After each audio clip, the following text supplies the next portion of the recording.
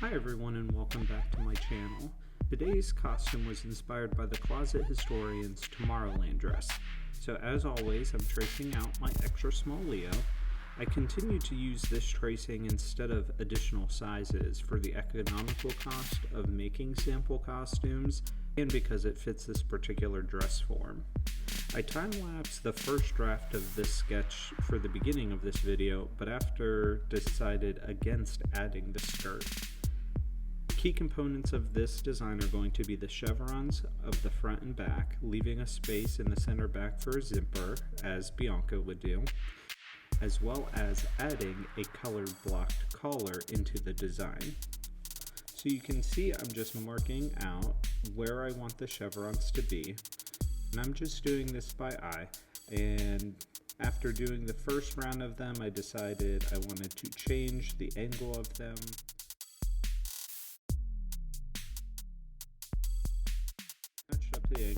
The angle on the bottoms, and then added the cutout in the side.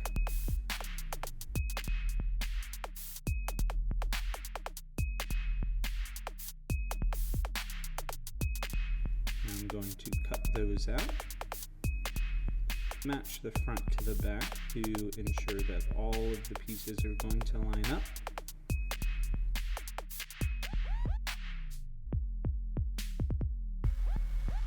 Added that center back closure and the princess seam.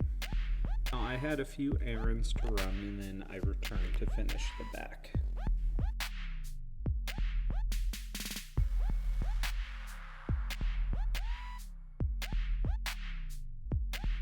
I'm going to go ahead and start labeling everything before I cut it out.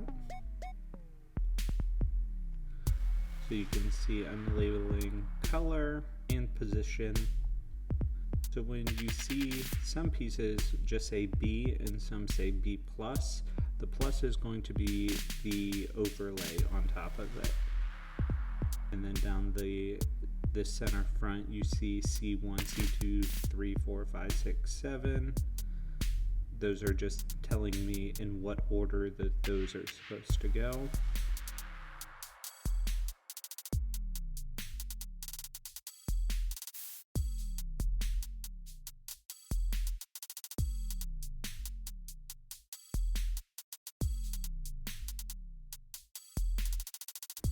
And then with red pen, I'm marking out little hash marks of where things need to be attached. This is just going to remind me that seam allowance needs to be added there later.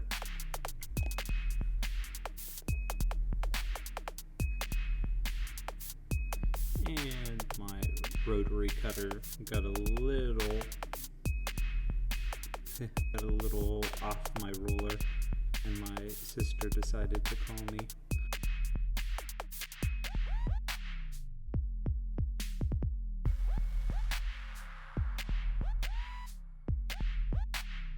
I'm just going to cut all of those pieces out.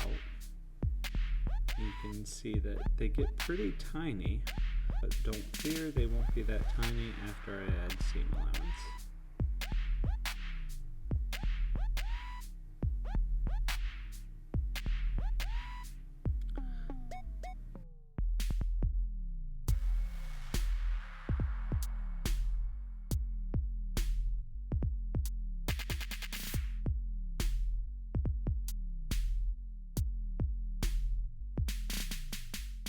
Generally, I've said I don't add seam allowance to my patterns unless I'm able to do so before cutting it out. I normally just label where to add it and how much. Because this design is so many pieces, I decided to play by the rules and tape down the pattern to fresh paper and then cut it out with seam allowance just to ensure the pieces will line up correctly. I could have taped on extra pieces, as the way that I'm doing this wastes a lot of paper, but I can't be fussed with it at this point.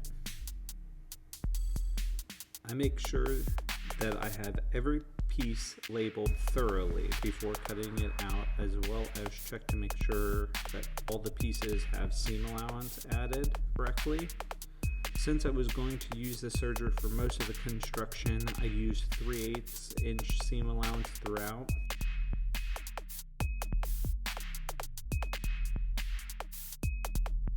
I made this a single layer, which makes the sewing of it different than what I would normally do. I made this a single layer costume, which makes the sewing of it different than what I would normally do, which in hindsight is dumb since no one's going to actually be wearing this dance costume. If I were lining the costume, I would sew all the pieces together with my sewing machine and then add the lining. If you were to do a similar style to this with so many pieces, I would say that's the way to go, since the bulk of the serge seams can shift under the presser foot and causes the pieces to misalign slightly.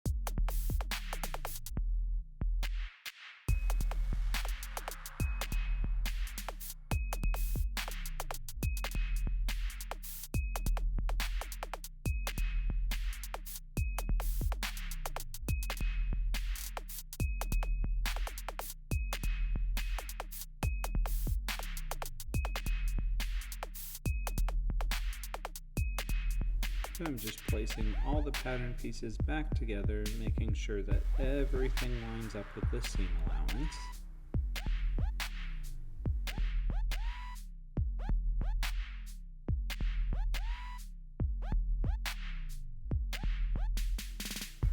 And then I separated out all of the pieces for the hollow, traced them onto the fabric, and cut those out.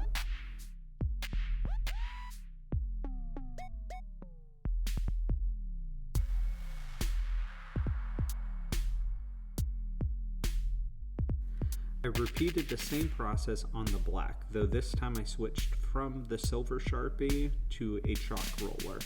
I need to pick up more silver Sharpies, as my last one gave up on me halfway through this. This is proof that I do own Taylor's chalk, I just don't ever use it on knit fabrics.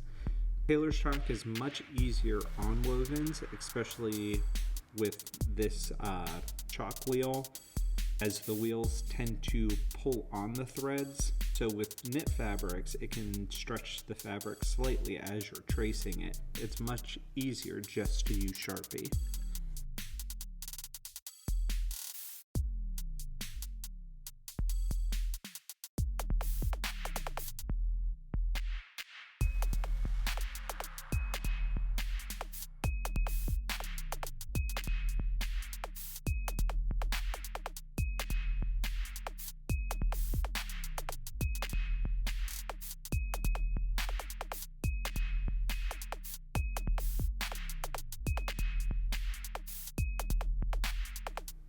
I'm just separating out all of the pieces that are the B pluses, and as I did in the remembrance video, I'm just cutting the duo shift overlays a little wider than the base. Those get flatlined together on the machine. I am using a large stitch length so that these can get ripped out later. Because of this, it causes it to gather. Don't fear, leave long tails, and don't backstitch, and you can easily spread the gathers out afterwards. The excess is trimmed off and they are ready to go. I brought over one side to the serger and serged them together in a way to make the hollow seams fold outwards. And I suggest doing this one part of the costume at a time so that you don't mix up pieces since all the chevrons look the same. I pressed them, which I didn't film, and then now I'm just top stitching them so that the pieces lay flat. I lined up the center pieces and I'm sewing the center front seam. If you were doing this the same way, I'd baste them together instead of just serging them. And then I attach both side panels.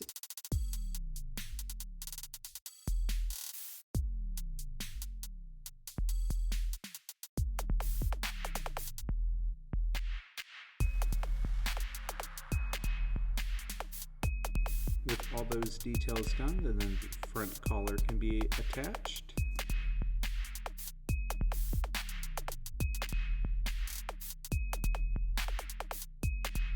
I'm glad I kept the bottom simple. I just had to attach the two hollow sides to the center front.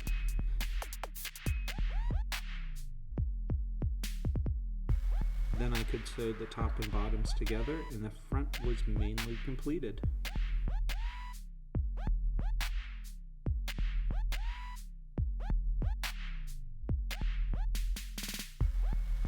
The back was constructed in the same way, sewing all the little chevrons together.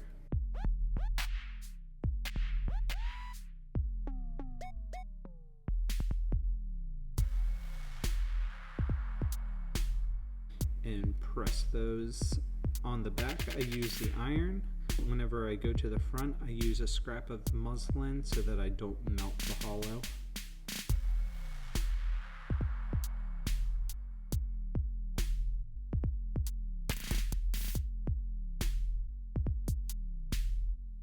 I top stitch those down to keep them flat with a lightning bolt stitch. I could have switched to a gray thread, but I'm too lazy to change it out with so many pieces.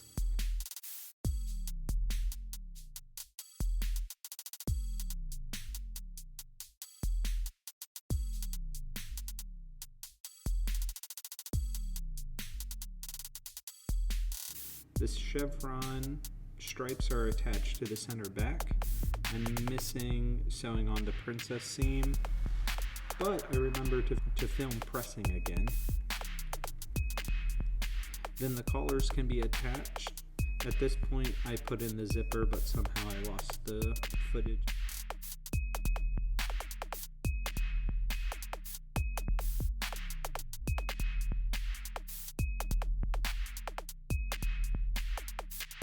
The bottoms are put together in the same way.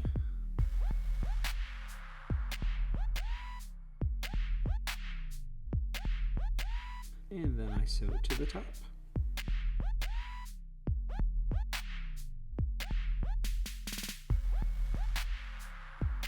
I press those seams and you can see the zipper is put in.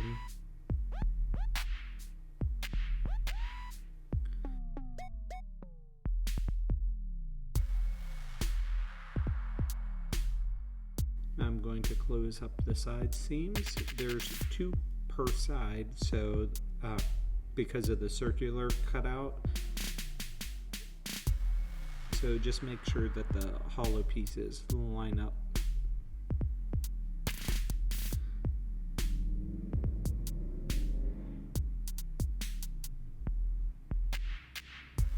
And we're almost done. I sew up the crotch seam and the shoulder seams. The shoulder seams include the hollow, so just make sure that those hollow pieces line up as well.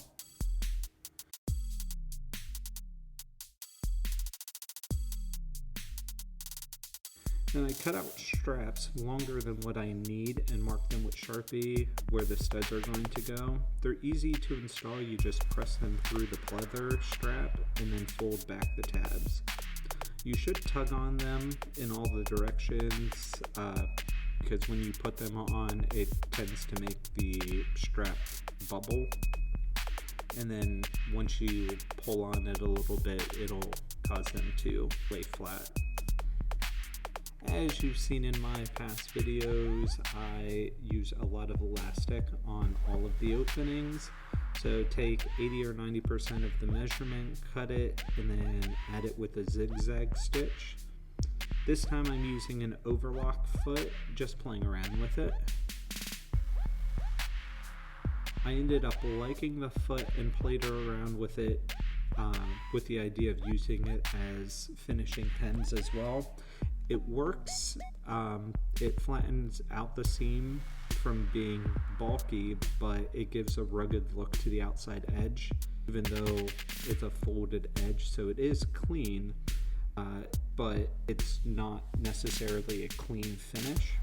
So I could use this in dystopia type costume, so it's just something to play with. To attach all the straps, I'm just top stitching a bunch of loops. I could have put these inside each seam, but there are so many parts and they tend to be right where major pieces needed to line up, so I just chose to top stitch them on instead. They're a little bulky for my taste. I should remember to trim the seam allowance before turning them.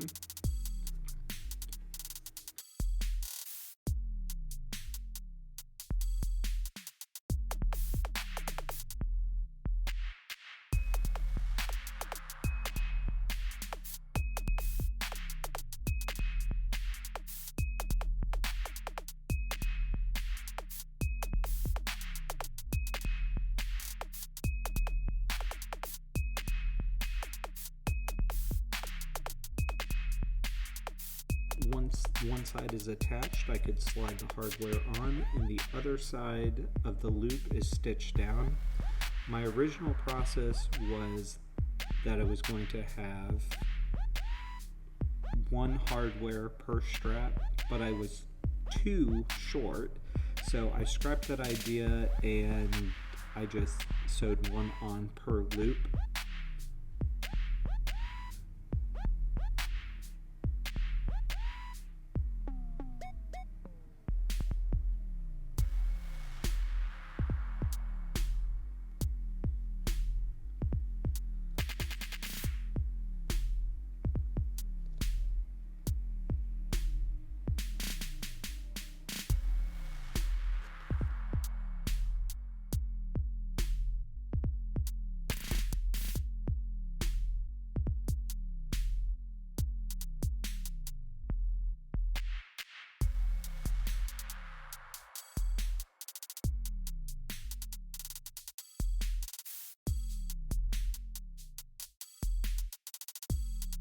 I switched out my regular foot for my zipper foot. This is actually the one for my 1941 table singer,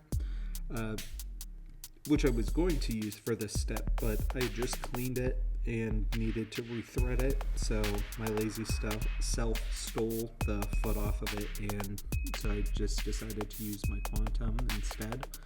I serged the center back seams of the collar, and then I attached the front to the hollow, then took it over to the machine to sew it from the inside.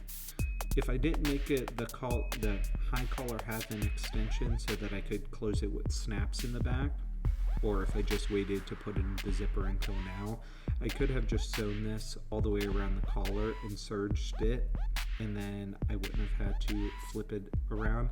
It's not perfect, but you can't really see it because it's black on black.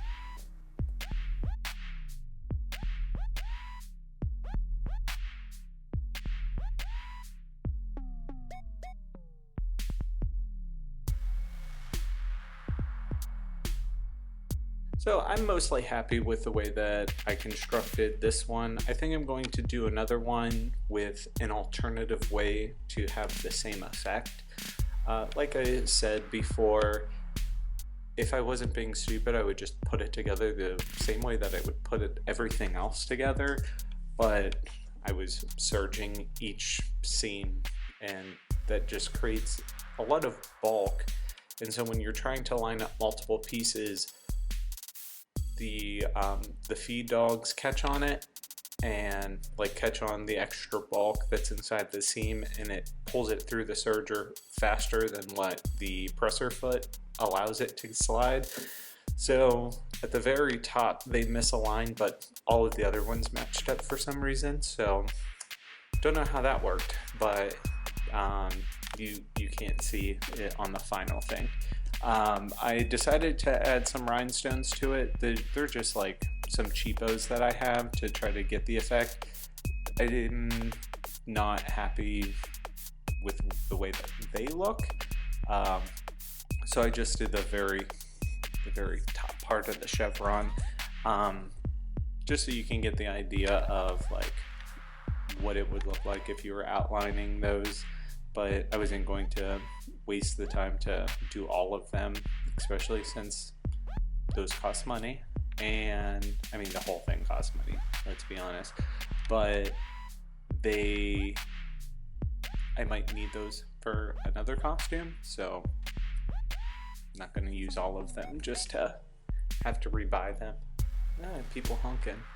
I put together a little like mock video reveal just because I want you to be able to see it like from a 360-ish view, or just make it more interesting to look at. So I kind of distorted the picture a little bit, played around with some editing techniques just so that it was something a little bit more interesting than just some pictures. I'd like for people to model my costumes. The only problem with that is most of my students are high school and younger, so I can't really call upon them to wear a costume for a video or to dance around in the costume for YouTube purposes. It just, if I can get some of my older, like I have a few graduated seniors who are above the age of 18, some are in their 20s now. If I can get them to come back and maybe me make them for their size. The extra small might be a little bit too small. I have one that probably still fits in a small. If I can get some of them to come back and model the costumes, like that would be okay. So something to play around with. I have one more costume. Sorry, I'm like all over the place today. So I have one more costume that I have in the lineup before I go into a slightly different direction. It's more cosplay. So I'm going to create probably a short video on the way that I'm going to construct this next one. I'm still trying to figure out where I'm going to get all the pieces from, so that's one thing that I have to consider. I have half the fabric so far. I know where to pick up the next like 90% that's left of it. There's just one piece that I'm not quite sure what I want to use for it, and it's what's making me pause on it. So I should have all of that figured out by next week. I have a video that's going up this week. This one is going up next week, so I have about 2 weeks to figure it out, and then I'll put that costume up in pieces, and I will be able to wear this costume because it is a cosplay off of I wouldn't call it a TV show because it's not on regular TV, but it's a character from one of the things. So I have the first part of it I'm able to do, but I didn't want to fully commit to cutting everything out and getting started on it until I knew I was able to have all of those pieces, like to make his entire costume. And From that, I have a few other like inspos from it that I would like to make for like daily wear. Not that I couldn't wear this first one, his shirt, for daily wear, because it's a pretty cool shirt. I like it. So that is my game plan for now. So I will see you guys later. Okay, thanks. Bye.